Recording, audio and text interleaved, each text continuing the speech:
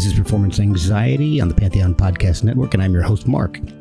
Today's guest makes me want more names. It's Jeremy Wilms, and we'll go through all of his different names throughout this episode. But each one has a reason. Jeremy is his family's musical version of Third Time's a Charm. He's managed to study and play guitar with some amazing people. After college, he moved from Duluth, Georgia to New York City and kept studying in the form of open jam sessions with his neighbors and some naked people. Jeremy is a guitar player but started getting actual work after he picked up the bass. That led to him playing with the legendary Chico Hamilton and Antibalas. His time in Antibalas opened more doors for him, like the time the band literally split in two when one half played live shows and the other half, Jeremy's half, eventually played on Broadway in the show based on the life of Fela Kuti. That led to an unusual and slightly awkward session with Jay-Z and Beyonce that has never been released.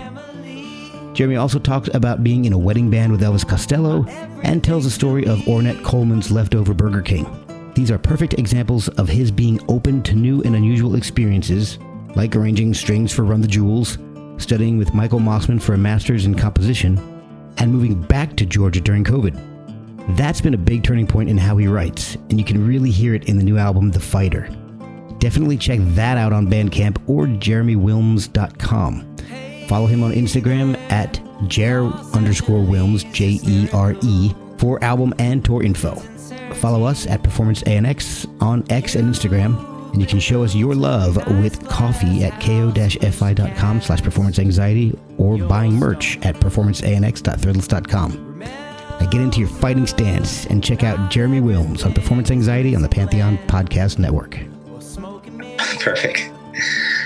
All right. Hey, everybody. My name is Jeremy Wilms, and I'm here on Performance Anxiety, and I'm going to be talking about my new record, The Fighter, which came out December 8th. You can get it at Bandcamp, www.jeremywilms.bandcamp.com, my favorite place, or you can go to the Evil Empire and listen to it on Spotify et al.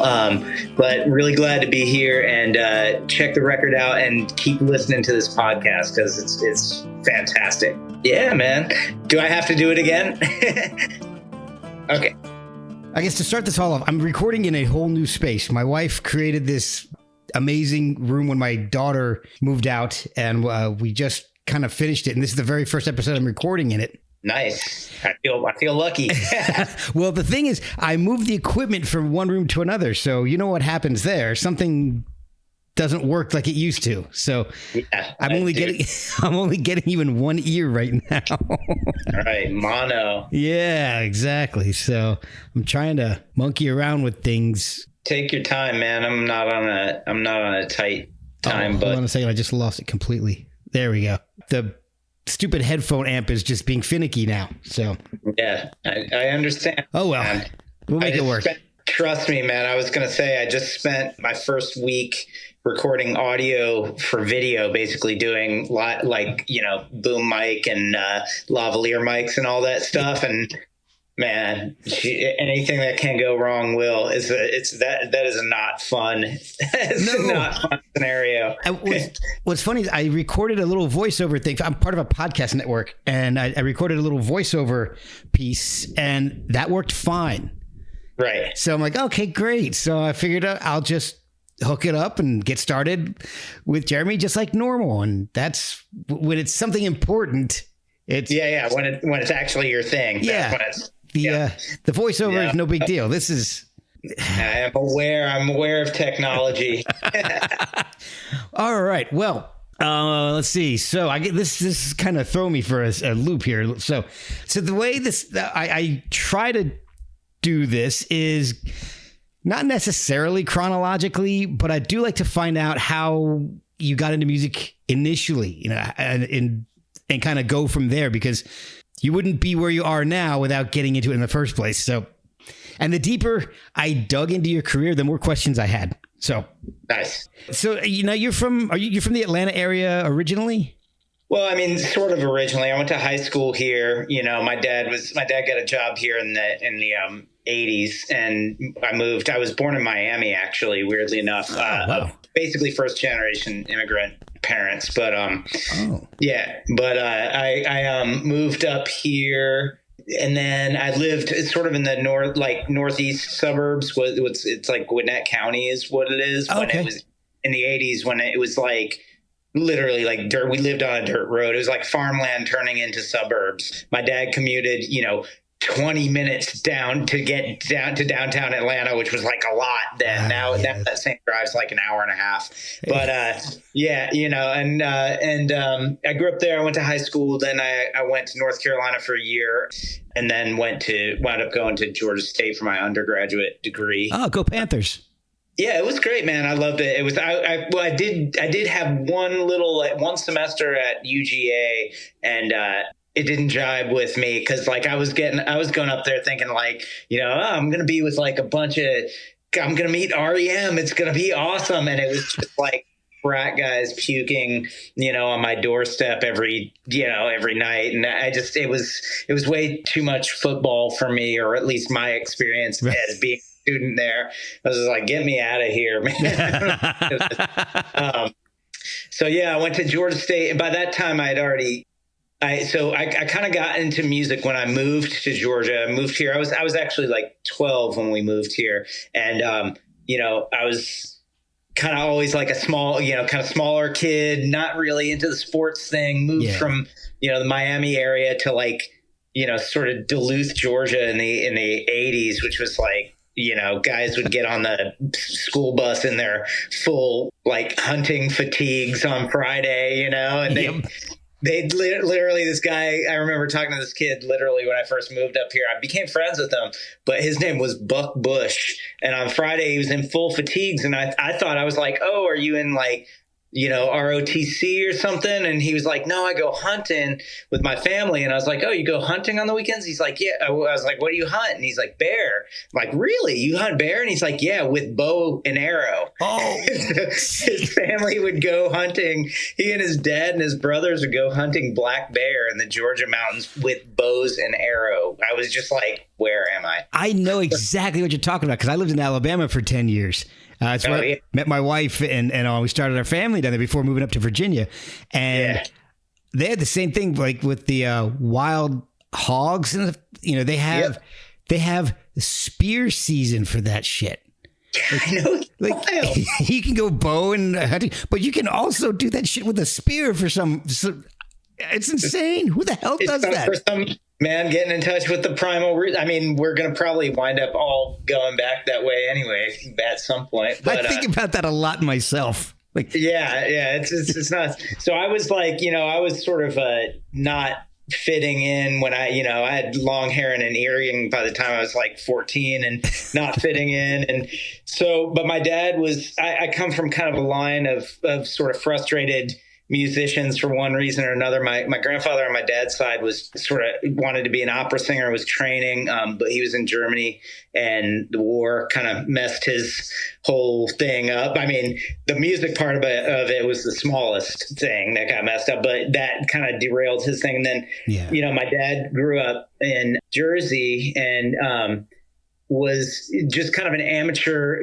sort of like a rock guy, like Weekend Warrior, but him and his brother had a band in the 50s and they played kind of like instrumental and like surf rock and did weddings and stuff. And cool. But his, my grandfather sort of discouraged him because, he was like, if you're not going to learn how to read music, you're not really playing music, blah, blah, blah. So my dad sort of became an engineer and just kind of like quit it. So I'm like third in line, third in line.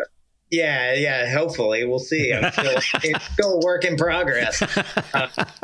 But, I think like a lot of people of my generation or my decade, my dad sort of like, did really well for himself, kind of came from nothing and, went to college and got a good degree and had a string of like pretty good jobs that he absolutely hated. And when I was like 13, 14 getting into music, he and my mom just really encouraged it. And, I feel really lucky that happened, but also like other people I've talked to in my generation, it's like encouraged, but had no idea what it really meant to be a musician. My dad's like, oh yeah, it's going to be great. You can be a studio musician, blah, blah, blah. And it's like, by 2001, everything's just like, there is no music industry anymore. Oh, I'm kidding. Yeah. But, that's kind of like, so I kind of played in, and by the way, just like stop me if I'm rambling or whatever. No, this is what the show's about, man. This is just a conversation. Yeah. Nice, man. We'll be right back after a word from our sponsors. Before you skip over this ad, give me 1 minute. Like most podcasts, I pick sponsors carefully and I use the products that advertise here. Pure Spectrum CBD is a product that has been really beneficial for me. They have a wide variety of great products that can be used on a daily or as needed basis. I've been using the tincture every day and it's been wonderful for easing anxiety. And I absolutely love the isolate. I use it instead of acetaminophen or ibuprofen, and it's worked so well for the relief of aches and pains. They also have soaks, lotions, salves, gummies, and more, plus an entire line for fitness recovery. They even have products for your pets. See everything they offer at purespectrumcbd.com. And if you have questions, they're there to help. They helped me when I had no idea where to start. After you fill your cart, use code PERFORMANCEANX for 15% off your purchase. Pure Spectrum CBD, Pure Spectrum CBD, Pure Spectrum CBD. So early on, I was like playing. I didn't really know what I liked. I liked like Van Halen, and I'm like 12 years old and trying to play like kind of hair metal, but like on bass. And then when I'm like 13, 14, I meet some older kids, and they're all into sort of a mix of like Sabbath, but also like Judas Priest and, the stuff that's like happening then, and then like Zeppelin. And quickly I was like playing bass in the band with these guys that were 2 or 3 years older than me. And I was showing them all the guitar parts. And I was like, oh, I played guitar better than these guys. And it was kind of like this weird thing, like I found my place, and then, so I was kind of fitting in with the metalheads, and then I was like sort of getting into, Violent Femmes and REM and all that stuff was happening, and that was opening me up. In the meantime, my dad was always listening to jazz and, all kinds of stuff. So I was kind of getting this sort of broader thing. And when I decided I might want to make a go for it, I hooked up with this guy. I was really lucky in the town. There wasn't shit in Duluth, Georgia at that point. But what there was a little music store, and there was a guy that taught guitar. His name was Joe Carpenter, and he had played with Otis Redding, among other people. Oh, and he wow. It was just one of those weird things. It could have easily been a guy that had played with no one that knew nothing, but like that was just the guy that was 4 miles from my house or whatever. Man. Lucked out. And that guy had studied with, I don't know if you're in the kind of jazz world, there's this in the early on, there were these guitar players that would play sort of like jazz-ish, but kind of pop, like solo guitar, like Johnny Smith, not Jimmy Smith, Johnny Smith, the guitarist, okay. Chord melody stuff, like beautiful stuff, sort of like the jazz side of like what Chet Atkins would be, and that sort of guitar culture. So this guy had studied with Johnny Smith and was really into him, and had all these kind of like written out transcriptions of solo guitar stuff, and he would show them for me, and I would learn them by ear, not knowing what I was playing. It was stuff was like so far over my head, I was like basically like new power chords and like could do like Eddie Van Halen shit, like, and he suddenly showed me like all these altered chords, and I'm just like memorizing them out of context, not even really knowing the tune. Wow. Yeah, and then I started learning some jazz stuff. I kind of like, he helped me learn how to read enough. And he was also kind of into classical guitar. So that kind of all kind of was happening for me. And I got sort of obsessed, man. And I would spend just hours in my room playing along with records, and everything from like playing along with James Brown records to playing along with like Husker Du records to like Joe Pass solos, Yeah. futile, which was a futile endeavor. I mean, eventually I got there, but like at 15, it's funny, doing that in your room with like, again, no real context. Yeah. But yeah, that's kind of what happened. And, I was in a couple bands in high school. One of the bands I was in, some of the guys kind of went on to do some sort of regional stuff. There was they were kind of a straight edge band named Active Faith, and they kind of had a thing going. It was like a hardcore thing, and they did all right. And, but I didn't really get anything going. And then, but I decided I wanted to study. So, eventually I wound up at Georgia State, and that's where things kind of really sort of started to take form for me. And were you going there for something music related? I went there to study, basically to study classical guitar, but I was minoring in psychology as well. Cause I was like, I'm not sure how this works. Like, again, I had a lot of encouragement, but no sort of like roadmap, no direction.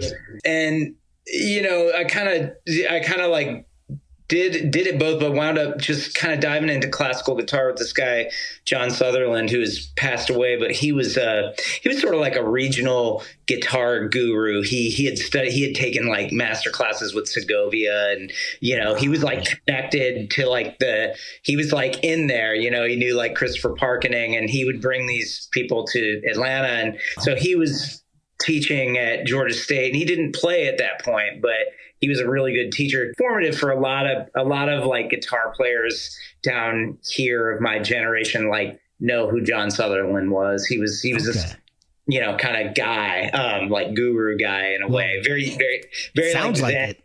Yeah. Like very, very Zen. Actually, some of my first sort of encounters with kind of like Zen philosophy was through him, sort of like guitar philosopher guy.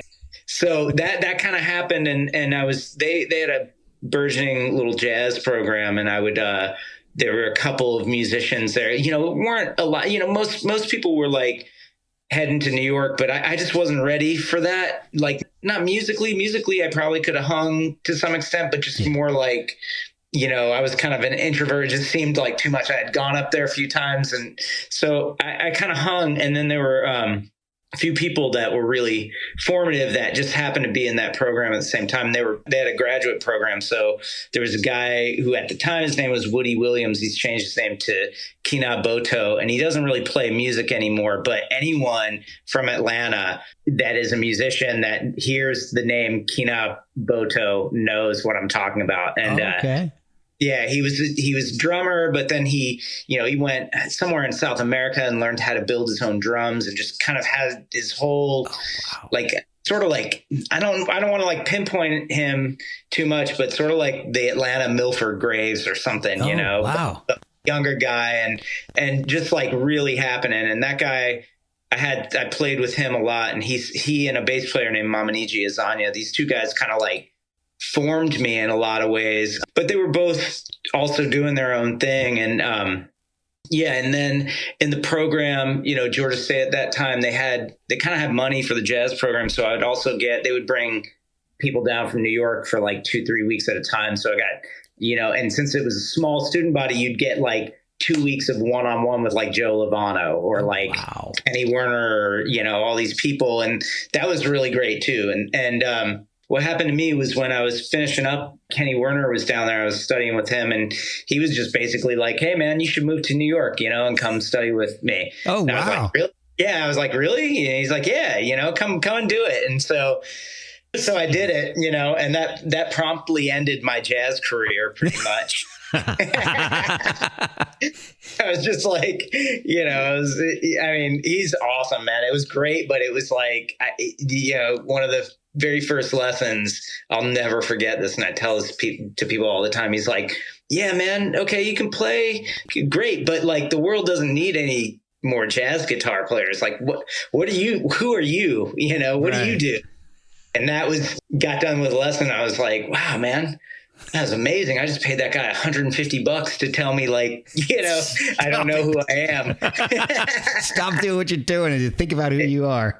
Yeah. Oh, it was great. But he was great. I don't know if you're familiar with him either, but he's no. you know who so he's this pianist that has, and he's one of those, like, he's a divisive feature. Some people are like, oh, that guy's jive, or, whatever. But he has this whole method of teaching, and it's got, he's gotten results. Like, some of his students are like, sort of like big kind of modern jazz guys like Chris Potter and those kind of guys.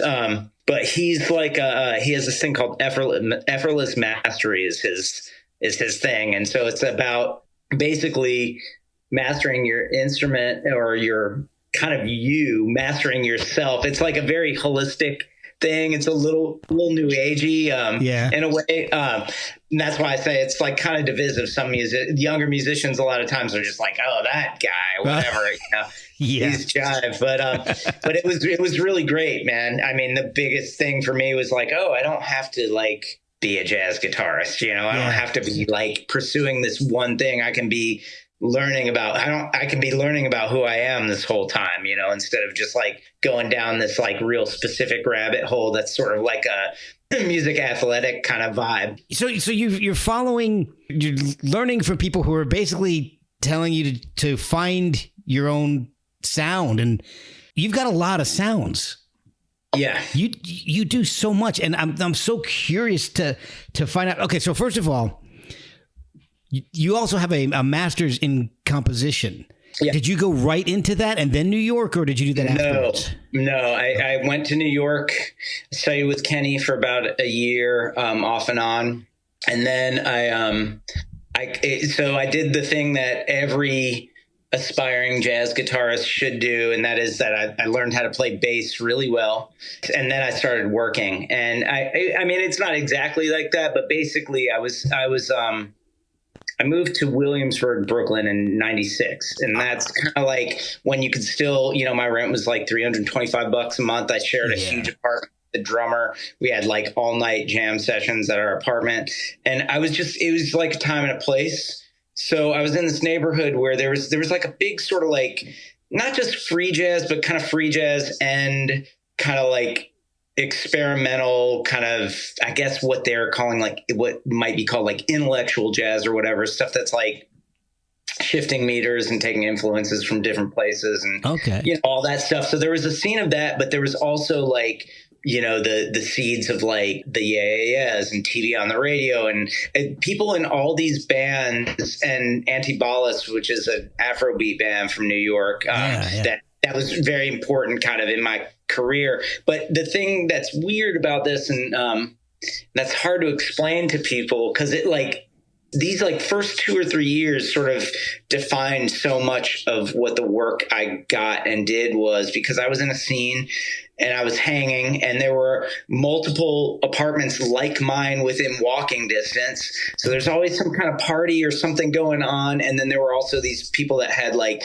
garage spaces where they would have music and like sound systems and DJs and crazy art parties with naked people and drugs, people handing out like acid on Listerine strips and like people blowing fire with a like 6.5 foot ceiling room, just like crazy shit. It sounds amazing. And it was a really interesting time. And I just, I was there and I was just going out to everything, playing with everyone I could. And, a lot of times in these sort of late night kind of jam sessions at people's apartments or loft spaces, or they weren't even jam sessions. It was like the concept of the band was not to like play music for musicians. It was like to make people dance so that people would stay and hang. And I just always gravitated towards the bass. I loved that feeling of like locking into with the drummer and like having people kind of partying around me. That was like at that point, my life in my early 20s, that was like my happy place, right. And,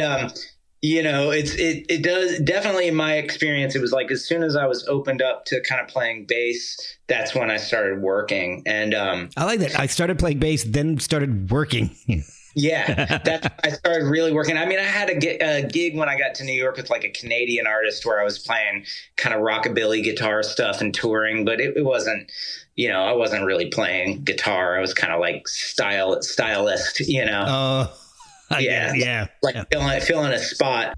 But like on bass, what happened was really, I got in a band of my own that kind of did some stuff, and I still have that connection. And then I hooked up with this guy Aaron Johnson, who's a trombonist who now lives in the Bay Area, and he was the music director of Antibalas at that time. And Antibalas, if you're familiar with them or not, they're like at that time, so we're talking the late 90s, they were sort of one of the only bands not in Nigeria that was playing the music of Fela Kuti and playing their own music influenced by that. So like the Nigerian musician Fela Kuti, they like specialized in his stuff. And so it was a funny band because it was like and it still is this way. There was sort of a core, and then there were like other band members, but that was sort of, there were usually 13 people on stage, but there were maybe like 15 to 18 people involved in the band at any time.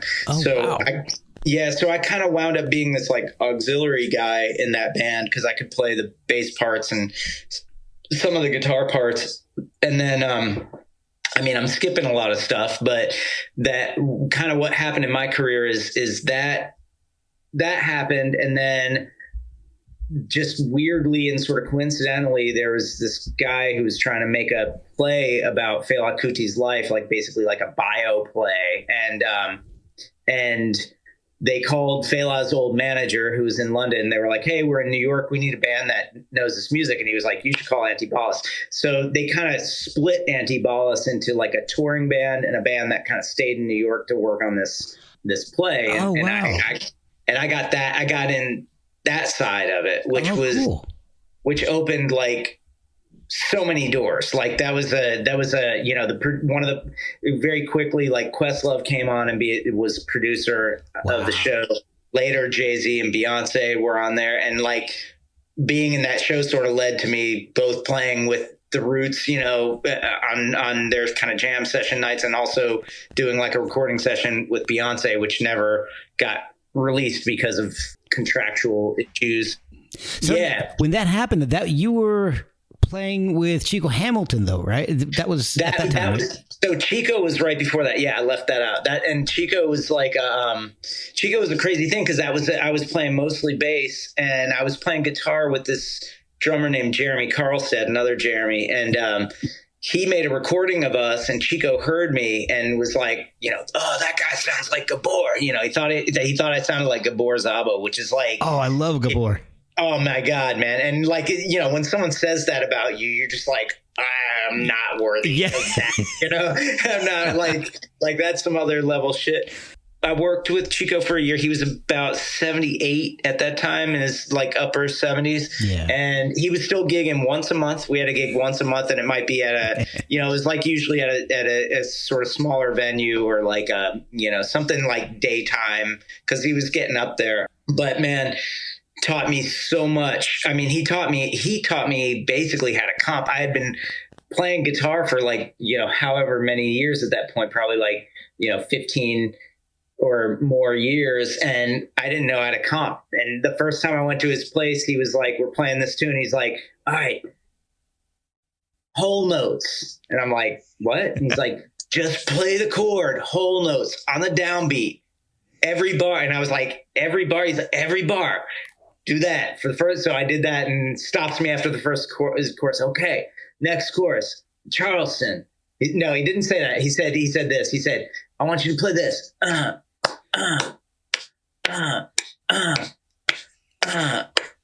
I'm like, okay. And I'm doing that. And he's like, you know why that works? And I'm like, why? And he's like, it's the Charleston.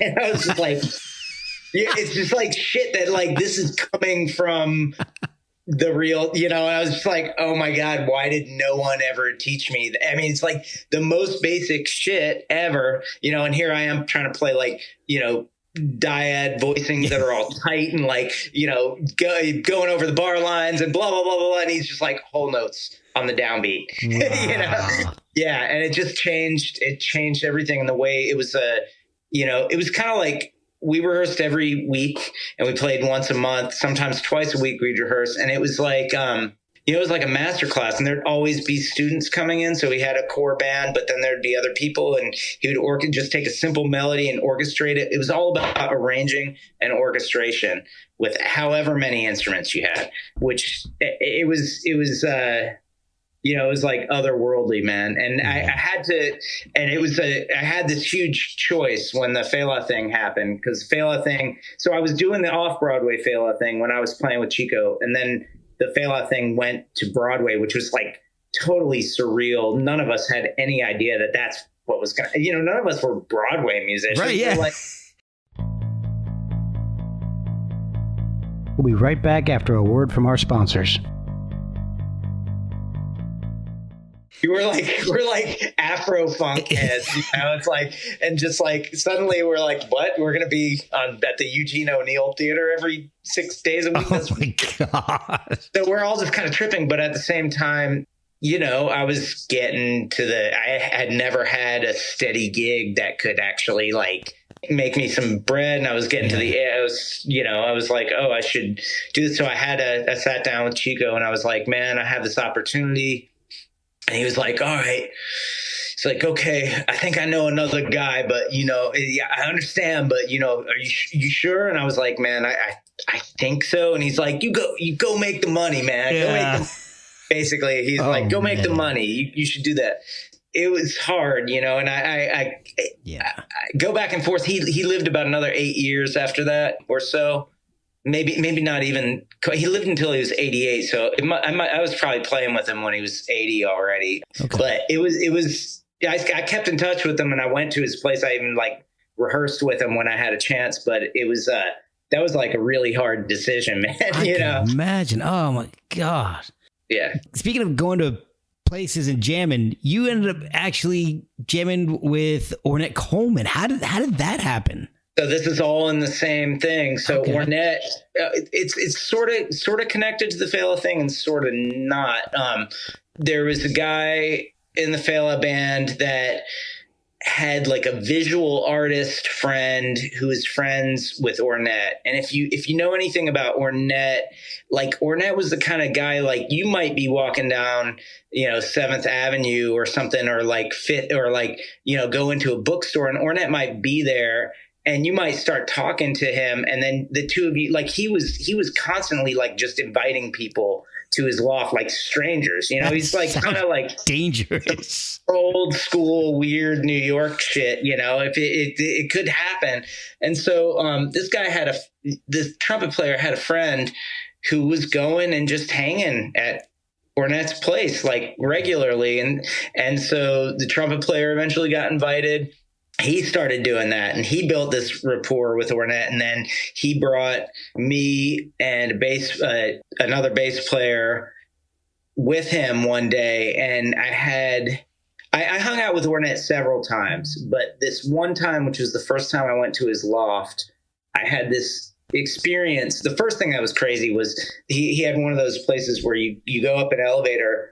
You can't get in the elevator unless he knows who you are, or someone, or whoever's there, like taking care of his business, his manager or whoever knows who you are. And you get in the elevator, and you go up a few floors, and the elevator opens up, and it's like his apartment, right? Wow. There's no hallway or anything. It's just like opens up into this like pretty massive New York loft, so right? It's just like a bunch of those 80s sitcoms that I used to watch. Totally. It's like, or like After Hours or something, It's just like this surreal shit, right? So the door opens up. It's me, a guy named Adam Roberts, who's a phenomenal bass player and a really good drummer, and the trumpet player, Jordan McLean. So we're standing there, and Ornette's just kind of blocking the door, and he says, I have one question for you. He's like, he's got this like crazy, like sort of Southernist, he's from Texas. So he's got this like Southern voice, but like real kind of light and soft. And he's like, are you free of the tonic? And I was like, in the moment, like you're talking to Ornette Coleman, you're like in Ornette Coleman's house, and you're like, what the fuck is he talking about? And then like 30 seconds later, you're like, oh, he's talking about music. Right. Yeah. Of course he's talking about music. Like, are you free of the tonic? Before you can get in his apartment, are you free of the tonic? That's the question. We come in. So this is like the most crazy shit. I kind of want to tell this whole story because it's so wild. Go ahead, so man. I got no time limit. Yeah. So we get in and he's like, again, it's like Southern hospitality. He's like, do you guys want a sandwich? Does anyone want a sandwich? And I was just like, Ornette Coleman's offering me a sandwich. I'll have a sandwich. I was the only one. Everyone else was just like, this is fucking weird. So I was like, I'll have a sandwich. And he goes and he takes out half of a Whopper with cheese in the wrapper and puts it in his toaster oven in the wrapper and starts warming it up. And some cold fries, and he's like, hey, here to eat, and anyone want a Coca-Cola? He's got Coca-Cola and Burger King, right? And he's trying to give us like his leftovers and his Cokes, and I'm just like, what the fuck is going on? Like, how am I supposed to behave like this, right? So this is the precursor, and as it's happening, like a couple other people come, this artist friend of Jordan's comes, and we're all hanging out, and everyone's like having just sort of weird, disparate conversations. And in the back of Ornette's loft, he had a room that's probably about the size of this room, maybe like a, 20 by 10 or 20 by 12 room or something like that. Not huge, but like bedroom size. Yeah. And it's soundproof, and there's drum set, and my friend Adam had brought his bass. So we go in that room. My friend Adam, who's a bass player and a drummer, starts playing drums, and I just kind of get his bass and I start playing his bass, and we're kind of just like playing in there while other people are talking. And then Ornette comes in, sits down, takes out his horn, and he starts playing with us. And so we're playing trio, and we're kind of playing free, but within a few minutes, he starts playing, like he starts kind of going through like his greatest hits, right? So he starts kind of playing Lonely Woman. He plays the Sphinx, might have played Broadway blues. I can't remember what they all were, but it was like 3 or 4 of them. He'd play one, he'd play the head, he'd solo, and then he'd kind of go into another one. And, I knew all that shit. Adam knew all that shit. So we're like following him. But the most surreal thing was like, there were these moments where there's something like, they're musicians when you hear them live and you're like, oh, that's what they really sound like in person. And on the record, this was insane. I felt like I was in an Atlantic record from like, it was the most surreal and strange thing I've ever experienced, like being inside.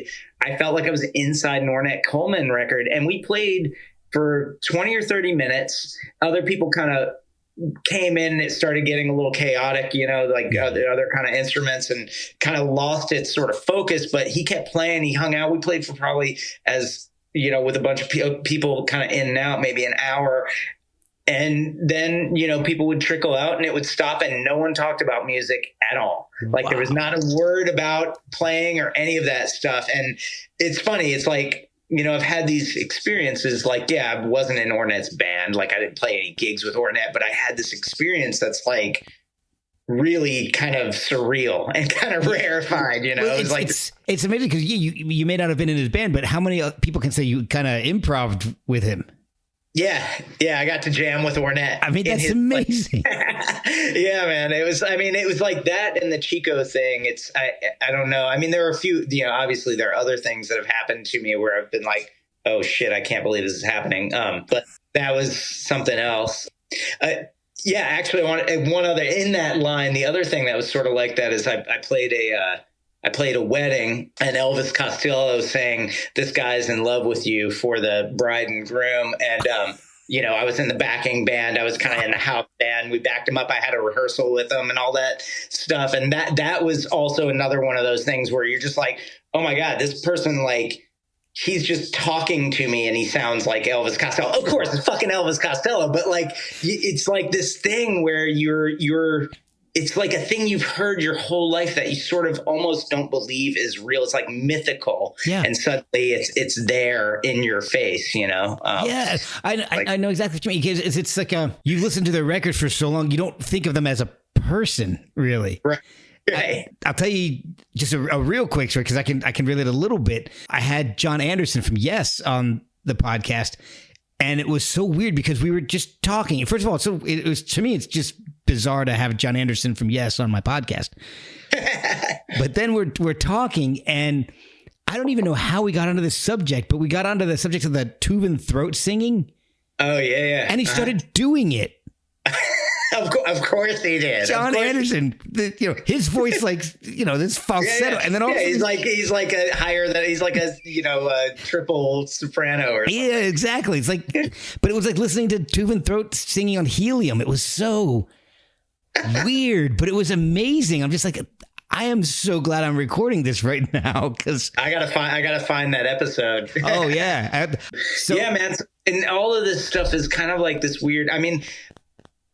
I don't want to sound like ridiculous, but like I could tell not as intense as playing with Ornette in his place, but I can tell stories like this, like on and on and on. And a lot of it is just sort of like I was in New York at a place and a time and I was open to shit. And I kind of like was able to sort of like navigate these situations, Is that kind of how the Beyonce thing started? Because that was a usual thing, because you end up doing a session, but it never came out, right? Right. So what happened there was her and Jay-Z wound up being producers on the show, and she was kind of obsessed with Fela at the time, apparently. And it was under the whole idea was that some of the band was going to get together with her and basically give her like a kind of like music lesson about how Fela's music works. Wow. Right? Because his music's like really intricate. It's got a very, a lot of people, like especially jazz people, they'll hear it and they'll be like, oh, it's just one chord and the horns are out of tune. That's no good. It's like, but man, it is so layered and so deep and so kind of like connected to so many things that are like clave and all of these things that are, and just sort of like concepts that we kind of like don't deal with very much. Like the man himself. Yeah, exactly. Yeah. Very, very like intricate. So those were the auspices that it was under when we showed up, and it was like a full on studio with 2 or 3 producers, everything mic'd up and ready to go. And the manager of the band was just like, yeah, I don't know about this, And so there was some back and forth, and there was an agreement that we would play and be recorded. And it was weird. And it was sort of started as like, play a Fela song and explain to me what's going on. We would do that, and we would go around the band and be like, and she was awesome. She was super cool and super humble and super interested and sincere, That's so good to hear. Yes. Yeah, it was great. And we'd all kind of explain what our parts were doing and how it worked. And then it would be like, okay, can you play something like that? Or the producer would come up and be like, hey, can you play something in that vein? But like, and I had like 2 or 3 different producers kind of like trying to hum bass lines to me that like, where it's like, dude, are you tone deaf or something? Like, what are you trying to tell me to play? And I would just kind of smile and sort of play something, knowing that. And basically, the manager was just like, "Hey, don't play anything that you're going to regret not owning because we haven't signed anything." So we kind of like did a few things. Her bass player at the time came over and wanted to show me something. She played it and she was like, "Now you play it." And it was this weird vibe. It was like there were a lot of people there and everyone was trying to get a part in because maybe they would be on the next Beyonce record. Yeah. And so, we kind of did our thing and mostly leaned on the Fela stuff because we knew like if they're recording us playing Fela stuff, that's not us anyway, and we got a session fee. So it was cool. I'm down to, but if I'm going to be writing something, I want the business to be square. But they did this. So they apparently did this with 2 or 3 bands. And one of the bands they used on some record, I don't remember what the record was that came out at that time. And there was a whole, like, they had to get I think they got volunteer lawyers for the arts involved. They had to go through all this shit because basically they used all these guys playing and didn't have, I don't think they even paid them for the set. We got paid because we were like in this band and had a manager, but there was like, it was a little odd. I want to say that sounds, I think I remember hearing about that or reading about that or something. Yeah, it was strange. It was strange. And eventually everyone got paid that played on it. And I think most or everyone got credited. But it's really hard to tell because they were recording everything. I don't know. Maybe I'm on that record. I have no idea. You know, it's like, and I'm okay not ever knowing. Like, I don't really care. But it was a strange situation, you know, like that. But it was an interesting situation because it was also like seeing, you know, I've done some kind of hip hop and R&B stuff, but like it was interesting seeing how that world works and how all these people are kind of like trying to get their voices in so that they can be like, I wrote that bass line, you know, I get whatever percentage, you know, and I understand it. If that's where your world is, if that's your hustle, then go for it. You know, it's not my hustle, but if that's your hustle, that's your hustle. Exactly. You know? Everyone's got different motivations. Yeah, totally, you know. So you've done some beyond Beyonce. I mean, you've done some other really wild stuff. Like you played bass for the Gong Show and arranged strings for Run the Jewels and former podcast guest Tim Follion. Oh man, Tim's my spirit animal. I love Tim. He is so awesome.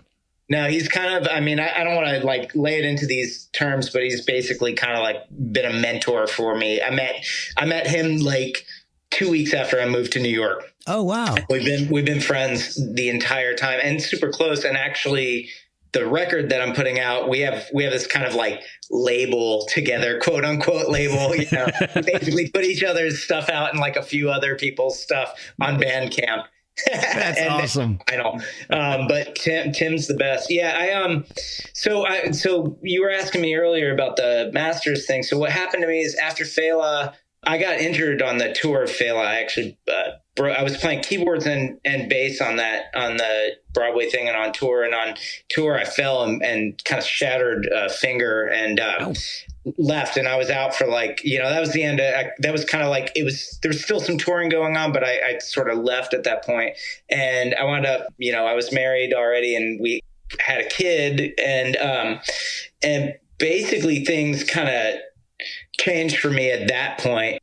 And so I was sort of like in New York a little bit more and kind of like giving up the Fela thing a little bit. And one of my really good friends, yeah, so there's a few things happened. So I was kind of like trying to figure out what I was going to do next. And I just decided we had moved to Forest Hills, Queens, and Queens College is right there. And they have, I don't know what it's like right now. It's CUNY Queens College, but it was like state school and you could get like the whole thing. Everyone, if you knew this, you knew this. It's basically education wise, you were getting as good or better than going to Manhattan School and all these other places. I mean, it's like Mossman, Berkman, Antonio Hart, like all of these just insanely great musicians there and full access to, unlike the other schools where your teachers are like jazz superstars and they're never there.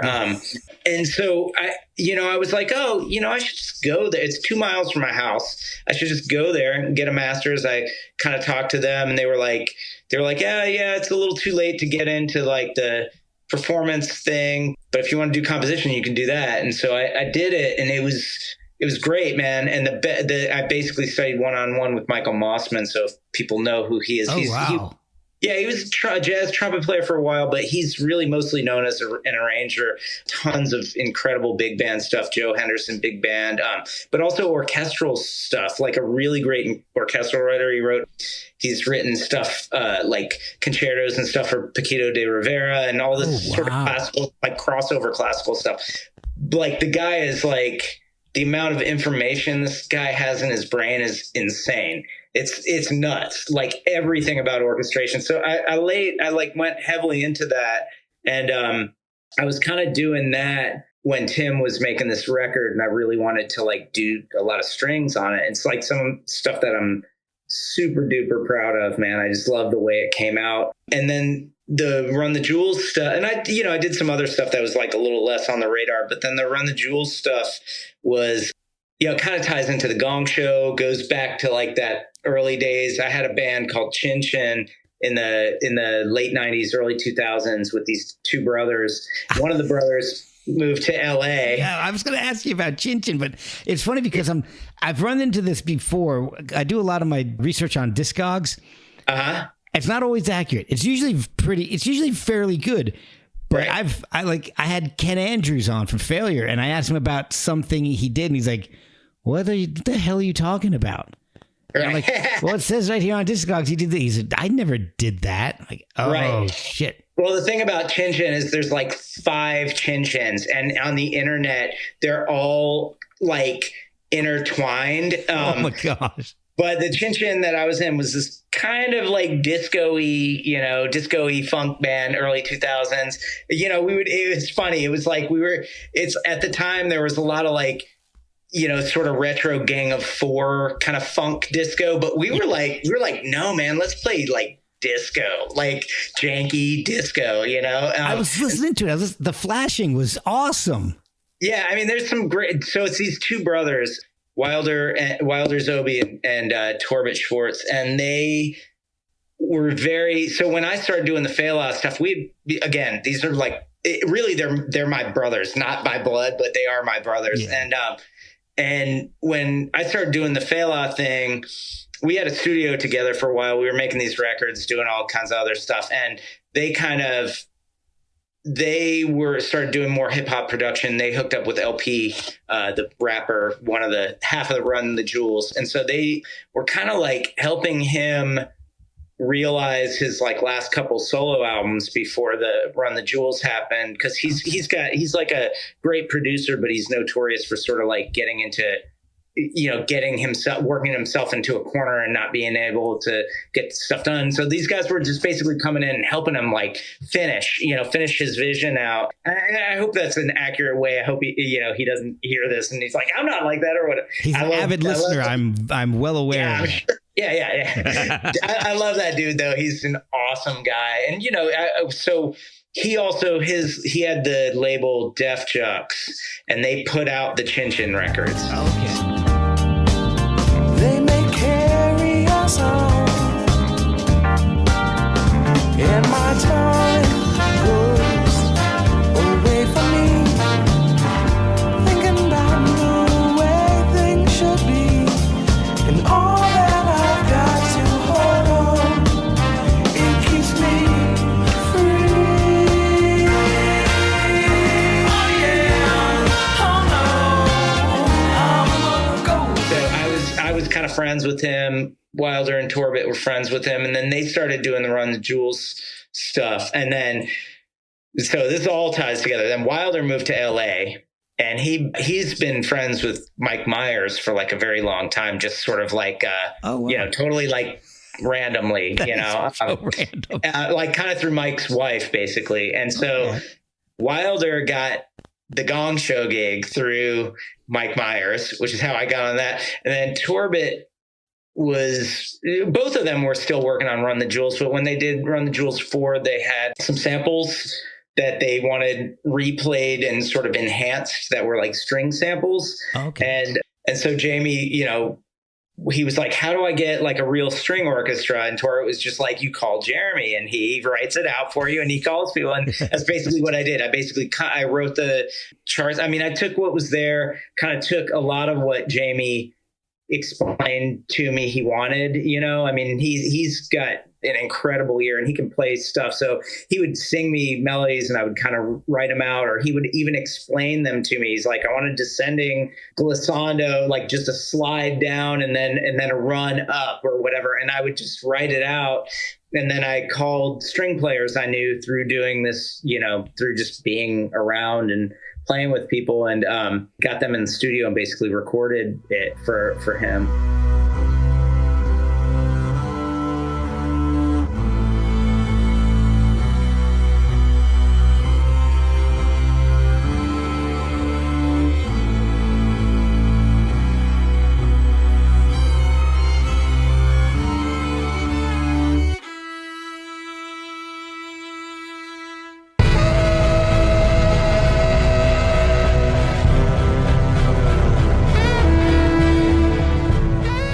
Which is kind of the same way I did it with Tim's, except Tim had the players. I did the writing and he hooked up the players. But yeah, it's, and again, like all of this goes back to those first 2 years in Williamsburg. All these people, Torbett, who's like the producer for the Run the Jewels stuff, he's one of the guys that lived like across the street and 2 doors down and had an apartment where people were jamming all the time, and it's it's like this weird, I don't know. It was just, I'm lucky, man. I moved to the right place at the right time. And And between all of this, you're working on your own work. You've got this awesome jazz stuff as Jeremy Wilms, and your other solo stuff that's a little more, I don't say it's its own thing, really, as Jay Wilms. And these two worlds are coexisting. And it's just, I went back and I started listening to this stuff, like, and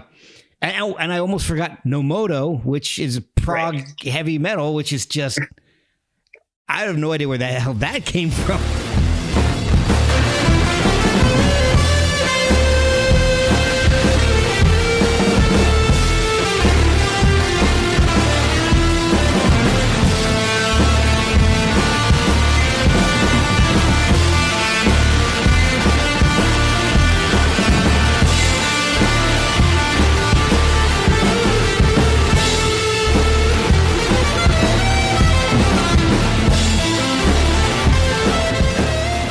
Right. That came from like the 15-year-old who was learning all the Judas Priest shit.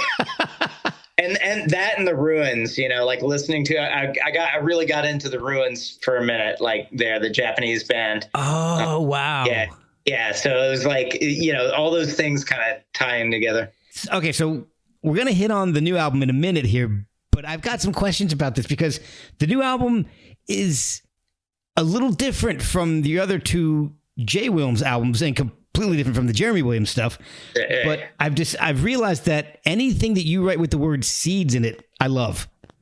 So, right. I've got a couple of, the song. So from the album Large Format, Seeds. I love that song.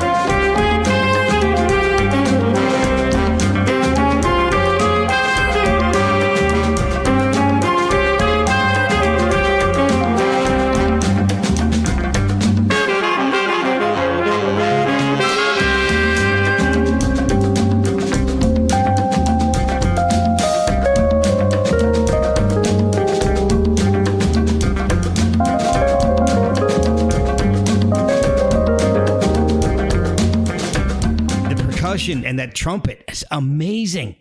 Yeah. But you also, on your song Dancer Pants, which the name makes me laugh. Anything with the word pants in it, I just kind of lose it. Just laugh. The Seeds from Dancer Pants, I think that's my favorite song on the album.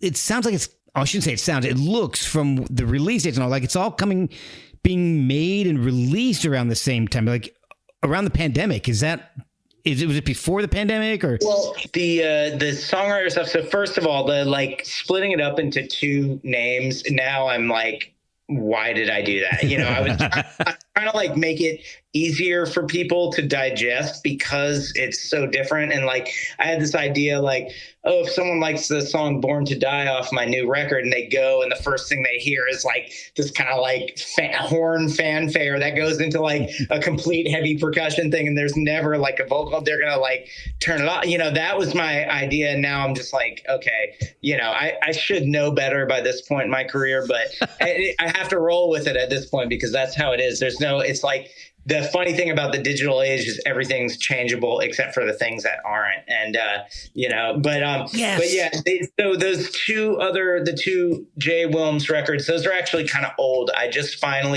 only had them on Bandcamp for a very long time. And then I just put them on did the digital distribution of the streaming platforms recently. Okay. So the chronology is like, there's a record called Diamond People that's like 2014.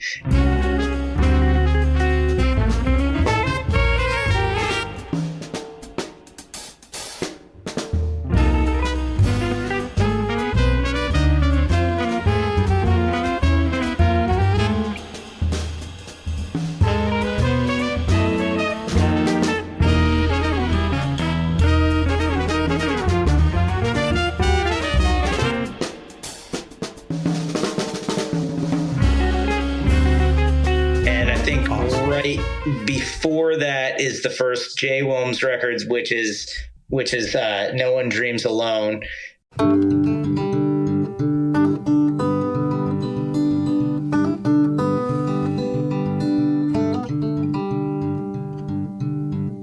been thinking clearly now, wonder how I could have ever missed you with the tattoo on your mind. Thought you left behind what you never needed.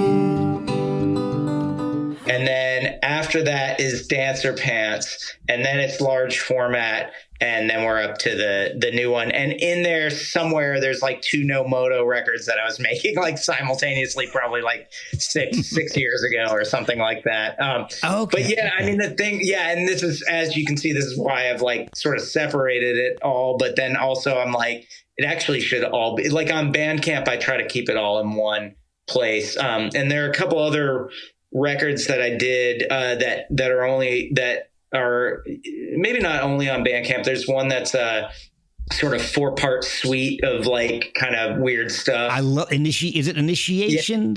Yeah. Initiation in 4 parts. That is amazing. I love it. I was listening to that today at work. That is so good. Yeah, that was the early pandemic thing. That was like right when it hit, and one of the first things I did. And then there's another one that's like sort of classical-ish compositions, and it's like shit that I've done over like a decade with different musicians playing stuff that I wrote. Right, I did see that. That is beautiful stuff. Yeah, so all that stuff, it's, and this is it's weird. It's like struggling with this because, like these. So the way I kind of explain this to people is when I was first deciding I was going to kind of pursue music, I knew like, I know what my voice sounds like, my singing voice. I'm aware I'm aware that I am not, Pavarotti or whatever, or even, Beyonce, or even like, Beyonce or, Jeff Buckley or anyone like that. Like I know what I have and what I don't have, but I also like, that's the thing that I love to do. So my concept was like, I'll do the instrumental stuff. That'll be like my identity. I can do that well. I can present it on a level that I feel proud of. And then the songwriter stuff will be my own. That way it can be as weird as I want it to be. And I can sing however I want to sing because I'm not trying to be a singer. Right. And so it sort of became this almost like a refuge from the other stuff. And those first 2 records were all almost exclusively made in like hotel rooms and stuff while I was on tour. Yeah. All like carrying around a little interface and a little, like a little analog keyboard and whatever gear I had on whatever gig I was on, usually some kind of like pedal board with like, 6 or 7 things and running. And there's very little like, there's little, maybe no MIDI on any of it. It's all like actually played on, if it's a synth, it's like an analog synth that I'm like traveling with, or a digital synth but like plugged in, like played, not MIDI'd. Right. Okay. So those records were like just sort of things I would do when there was like, if we were sitting in a town and we had 2 or 3 days off, and I would just stay in a hotel room and wherever I was, just work on that. And it just kind of as a sort of like getting away from whatever music I was playing, night after night, especially when it was, the theater stuff, which becomes very repetitive, even if it's music you love.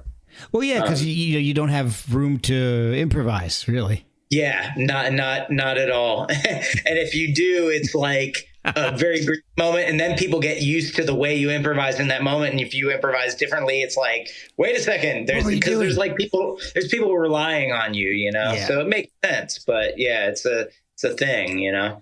The first two Jay Wilms albums are really cool.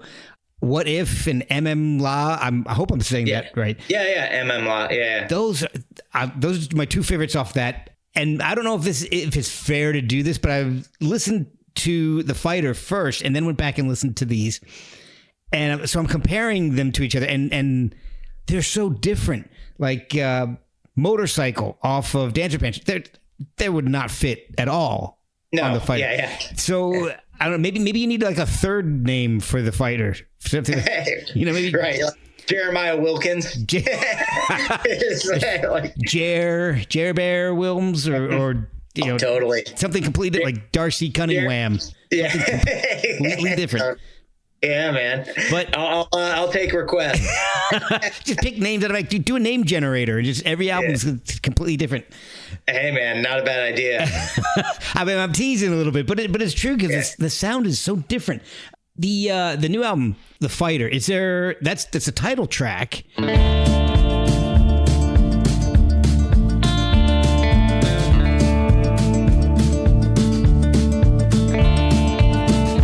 I've been a fighter for so long. Don't know what it is I'm doing wrong sometimes. Don't know what it is I'm doing wrong. Hang the gloves upon the door. Wishing I could say, is there something behind the title track / title of the album, The Fighter? Is there a reason you called it The Fighter? Yeah, well, I mean, basically what happened with this record is a couple of these songs were sort of germinating for maybe like a year or two before the pandemic. But what happened with this stuff was when everything went down, the shit went down. We left New York. We sold we totally just like sold our apartment to the lowest bidder just to get the hell out, and came back down, and we don't even live in the city of Atlanta. We're like in the northern suburbs. It's pretty quiet where we are, and I was just, quite honestly, I was just like, man, there was this thing that I was feeling about everything. I put out the large format record in 2020, and there's like 40 musicians on that, and it's like, wow, highly orchestrated, and there's all kinds of stuff on it, and it was a lot. It was like a ton of work. It took a lot of time, but I came down here and I was like, I've never done. Even when I've written singer-songwriter stuff, like Motorcycle is a great example. Like none of it's like, everything's like super impressionistic. It's like super sort of like couched in metaphor or like dream sequences, and then production-wise, it reflects that. Like even the stuff that's like finger style guitar stuff will have some weird like backwards, distorted electric guitar solo feedback. It's all right. Couched in something. And I just I heard this interview with Steve Earle, and he was talking about, talking to Johnny Cash, and at some point Johnny Cash saying like, yeah, man, you just, you write great, but you just gotta like write something that people can relate to, don't be such a bummer all the time, basically. Something like that. And I don't know, something about that interview kind of struck me. And I just started thinking like about writing things that were really direct about what I was kind of going through at that moment, which I feel like I've written a lot about things that I was going through. Like you mentioned the song MM Law. That's about like a girl that I was just like, that just like kind of crushed me, when at a certain age that I thought it was something and then it wasn't, but it's all like couched in metaphors of war and all these things that are not concrete, and so I started writing these songs sort of in my head in a lot of ways. Like I was walking a lot. I was just going for long walks, and I would kind of come up with melodies and write words while I was walking and sort of memorize them. And I just sort of kind of would try to peel them back. And the only song that on the record that came out like there's two songs that came out sort of like in the old style, but they're produced differently. And that's Props and Wolf Song, and Wolf Song, I was like, okay, this is going to be the one that's like the most literary cliches I can squeeze into one place at once. And I'm going to do it intentionally just to like get it out of the way. I am a wolf chasing down the prey, but it's gone. Long gone. You are the spark that kindles my dismay, then is gone. A whisper. I've been searching all night long.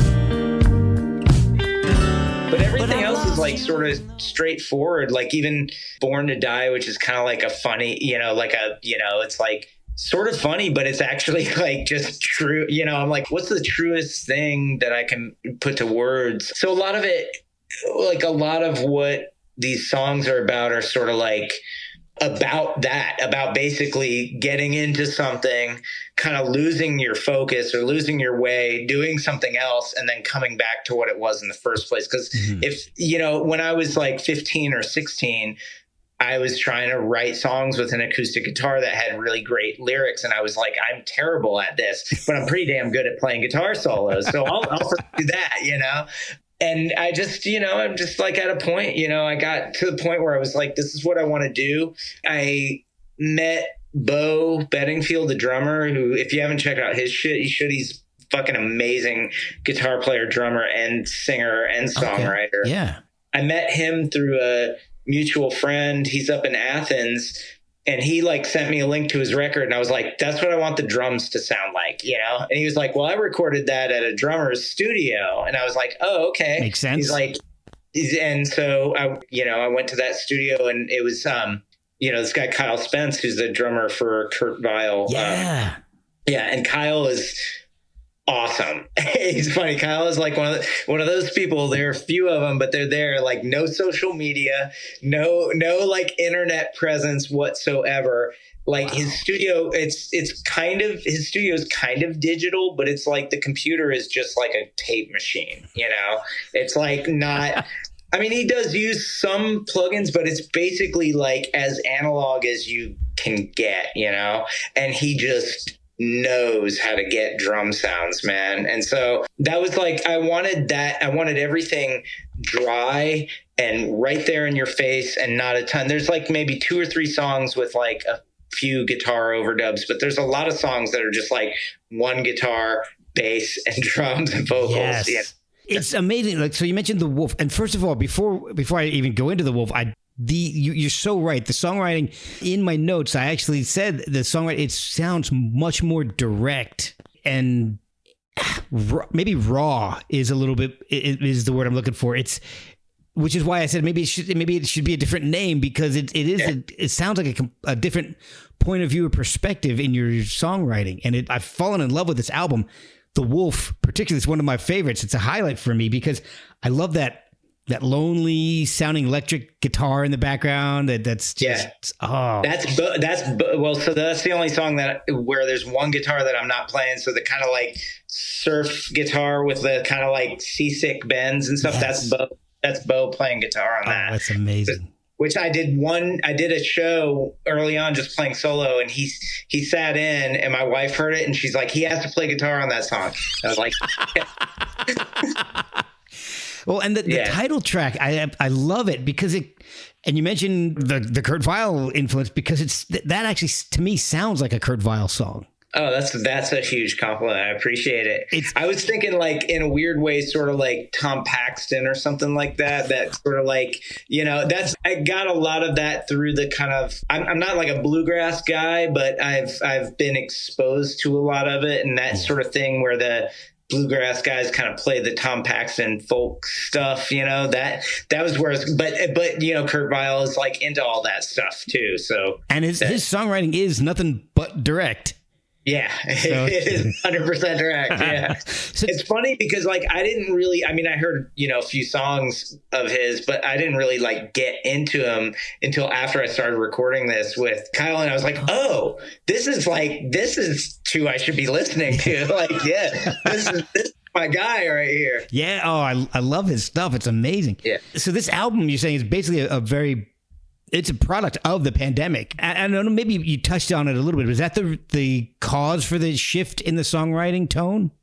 I mean, it's something to be honest, it's something I wanted to do for a while, like for probably 4 or 5 years. I mean, it's, going back to Tim, it's something that I always admired about Tim Folion's music is it's just like, it's like that no matter how weird it is. It's like that. It's like raw, and the lyrics are just like, it's like having a conversation with someone or listening to someone. It's not like, but it also operates on like on a different sort of level, like a literary level as well. And I've been wanting to do that for a while. And, but I think having space where I didn't have to go, like, I think what was happening to me in New York is I was having to go to gigs 5-6 nights a week, whether I was in town or out of town, and play other people's stuff mostly. And when you do that, you don't really, it's like when you have time to be like, what do I want to do? Then it's like, oh, I have 2 hours. What do I want to do? Oh, I want to explore these changes. And it was always like, what can I do more? It was always, what can I do more? That was like my attitude towards my own music. What can I do more? Like, they're doing this. What can I do that's like different, but like more? Instead of, I got down here and I was just like, what can I do that's like less? Yeah. And what can I do that's less? And what do I really want to do with music? What do I really want to do? Because now I don't have to worry about making a living at music because nobody's making a living at music. That's what the pandemic sort of gave to me in a lot of ways. And now it's like I'm clear, and it's weird. It's like now I'm sort of clear that there's that direction. I also have some other sort of jazzy stuff that I want to try to do this year, but it's like it's a little more clear to me. I'm like I'm less, since Atlanta doesn't have the infrastructure the way New York does, you can be a working musician. I know people that are just running from gig to gig, but I'm not going to do that. I'm like finding other ways, because that's sort of like, the pandemic was terrible. Like, no doubt I was in a neighborhood in Queens. The reason we left was because people were fucking dying in my building and shit, and I was just like, I got to get my kid out of here because I don't kid to like experience this in that way. And but what it was horrible, but what it did give to me, and I think to some other people too, it gave me this sort of perspective on, like, I don't know, it just gave me this perspective on what I really want to do. And what I was doing up there sort of at the end, I had a really great touring gig that I loved, but it wasn't like super secure and it wasn't all the time. And I had a steady kind of theater-ish gig at this place called the McKittrick Hotel, which is like Sleep No More. I heard about that. That sounds crazy. It's going to close. It's done. Yeah, it's going to be done in February. I'm going to try to get back up there. But I mean, my role, it was an awesome thing. And I went to see it as a spectator before I became involved in the business side of it. But I wound up being like a music director for like kind of a late night party band there. But I also was a musician, and they had a rooftop venue. And so it was kind of seasonal, but I was up there. Sometimes I'd be at that place, like, 5-6 times a week playing music in different venues. They also had like a little jazz room at the beginning of the play. It's like it was a little family. There were a lot of great people that worked there, and I loved it. But most of my gigs there were either playing something extremely stylized, like 40s, 50s jazz, don't step out of the box with singers, that, or the brunch gig was led by this guy who was kind of like, he had a very specific aesthetic, and it was sort of like taking kind of mundane, radio rock things and doing sort of jam bandy kind of psychedelic versions of them. And it was fun, but not my thing, you know. And the late night band was this woman who was, kind of did a Grace Jones-ish kind of thing and had a lot of covers. And once again, it was super cool. And anytime I'd see any of those things, I'd be like, these bands are killing. But when I was playing in them night after night after night after night, the feeling that I kept having every time I would come home at 3 a.m, I'd be like, that's not my shit. That's just not my shit. It's someone else's shit, and I need the $350 at the end of the night, whatever. But it's not my shit, it's a job and not you. Yeah, and it's I had fallen into that trap pretty hard. I mean, it's. I mean, hey, first of all, let me say, like, anyone that's able to do that, it's like a fucking blessing, man. I made a living at music in New York for like 25 years. Like, hey, I would take nothing else. I don't care if no one knows what my name is. I like what's that, But it's also and some people don't really have this, or they're better able to like compartmentalize their own thing and that thing. For me, it was hard to like separate myself from those situations. So what wound up happening to me is I wound up being musically frustrated because I was investing myself into something that wasn't my thing, because I can't do a gig and not invest myself into it. So it was like, it creates this weird, like cognitive dissonance, where you really do care. Like, just like any job, if I work at a grocery store, I care, it's like whatever I'm doing.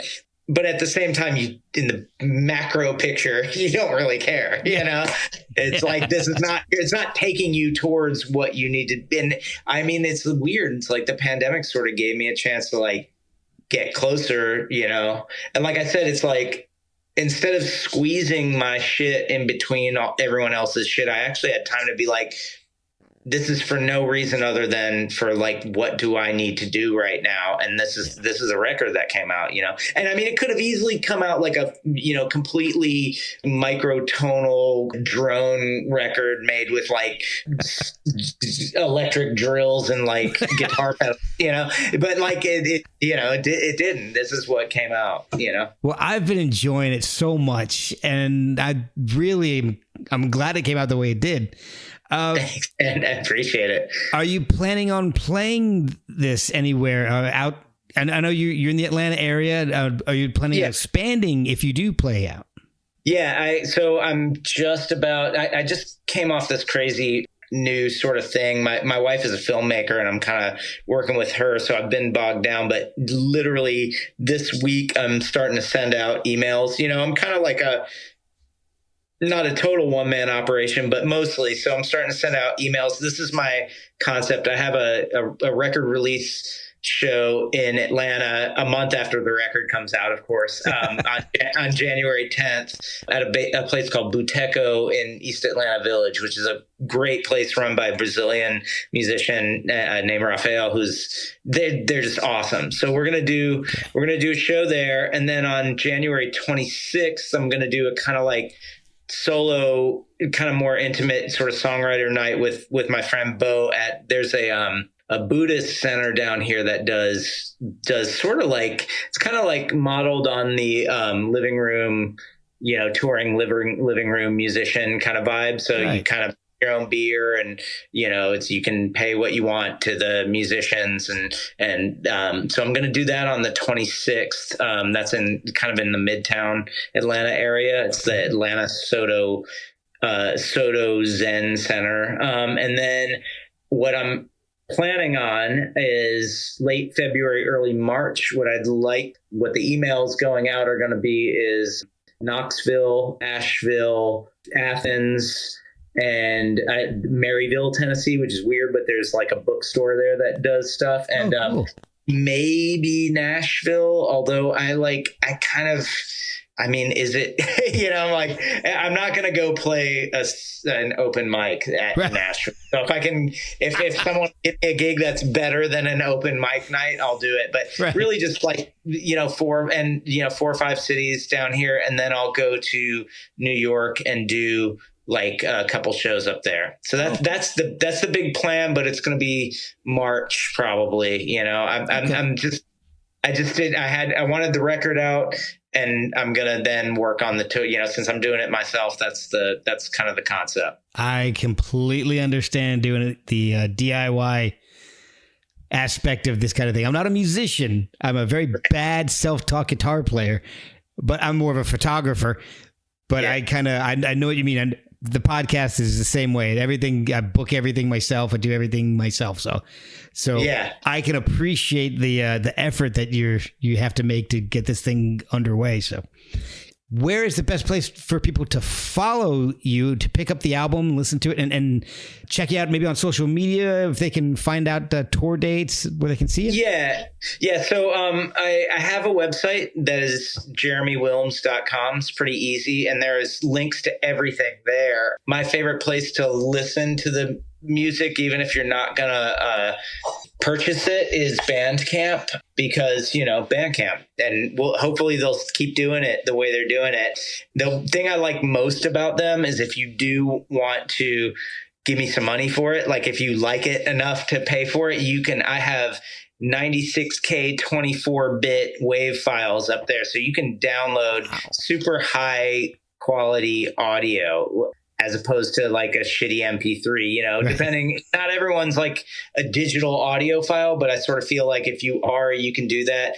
And then finally, I will have vinyl eventually, but I'm doing, you know, like I said, this is DIY. So what I'm going to do is I'm kind of fixing this thing on my website to be able to take pre-orders. So I'm trying to get like, you know, a certain number of pre-orders to where I can just go ahead and put in the order for a short run of vinyl. Cool. And I want to do it right. Like I want a good sleeve, and I want like heavy vinyl. I don't want it to be crappy. So, So that's the concept. It's all, I'm doing it as I can. And, you know, but I do the kind of goal is to have the vinyl by March by the time I do these little tours. Nice. And, you know, and lastly, like I am on Facebook, but I never look at it. I just link everything through Instagram. Oh, I love Instagram. Yeah, it's the only one. I mean, sometimes I get caught in the wormhole, and 20 minutes, 30 minutes go by, but usually I'm able to like look at it and get off of it. But I do like it for promotional things, because I find it easy to sort of, you know, shoot something out, link it to Facebook, have all the info I need in the body, have a link in my bio. You know, it's like it's kind of the easiest one. So my Instagram is JERE_Wilms, which is, you know, that was the best I could get, because apparently there are other Jeremy Wilms out there, which apparently is weird. So yeah. Well, maybe that should be the next album should be Jerry Wilms. Yeah, there you go. Absolutely. Well, this has been a blast. I'm loving the album. Thank you so much for spending so much time with me this evening, taking time out of your evening to talk to me about your career, because it's so unique. It's so varied and wild. I've just enjoyed not just the new album, but going back and listening to the jazz stuff and the Afro beats. It's just so good. Thank you so much for your time. I appreciate you, man. Thank you. I really appreciate it.